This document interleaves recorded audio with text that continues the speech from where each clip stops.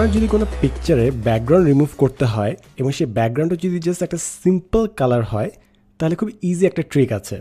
প্রথমে পিকচারটাকে সিলেক্ট করতে হবে, লেফট ক্লিক।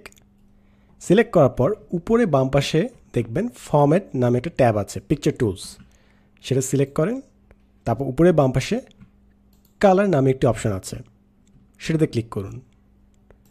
ক্লিক করলে নিচে দেখবেন সেট ট্রান্সপারেন্ট কালার বলে একটি অপশান আছে।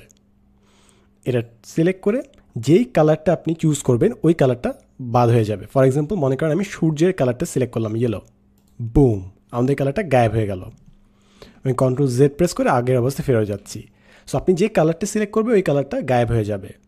ফর এক্সাম্পল আবার যাই, কালার, সেট ট্রান্সপারেন্ট কালার, এরপর আমি ব্যাকগ্রাউন্ডের কালারটা চুজ করছি, 3, 2, 1, বুম, এবং ব্যাকগ্রাউন্ডের কালার গায়েব হয়ে গেল। সো এতে হচ্ছে কি আপনি যে সেটা ট্রান্সপারেন্ট পিকচার পেয়ে যাচ্ছেন। সো ওটা পিছে চাইলে আপনি যে কোনো কিছু দিতে পারেন। অ্যাজ ইউ ক্যান সি আমরা চাইলে এখন ডিফারেন্ট একটা শেপ ওর পিছে দিয়ে দিতে পারি, এবং আমি যদি মাঝখান বরাবর বসে তাহলে দেখতেই পাচ্ছেন যেটা সম্পূর্ণ ট্রান্সপারেন্ট একটা ছবি হিসেবে আমরা পেয়ে গেলাম। এই ফিচারটা তখনই কাজ করবে যখন ব্যাকগ্রাউন্ডটা জাস্ট একটা সিম্পল কালার হবে, প্লেন কালার, কোনো গ্রেডিয়েন্ট, কোনো ইফেক্ট কিছু থাকবে না, এবং পিকচারটা যখন এইচডি কালার হবে। আরও কমপ্লিকেটেড ব্যাকগ্রাউন্ড রিমুভের জন্য আলাদা একটি টুল আছে, যেটা হচ্ছে আপনার ফরম্যাটের আন্ডারে আপনি রিমুভ ব্যাকগ্রাউন্ড হিসেবে পাবেন।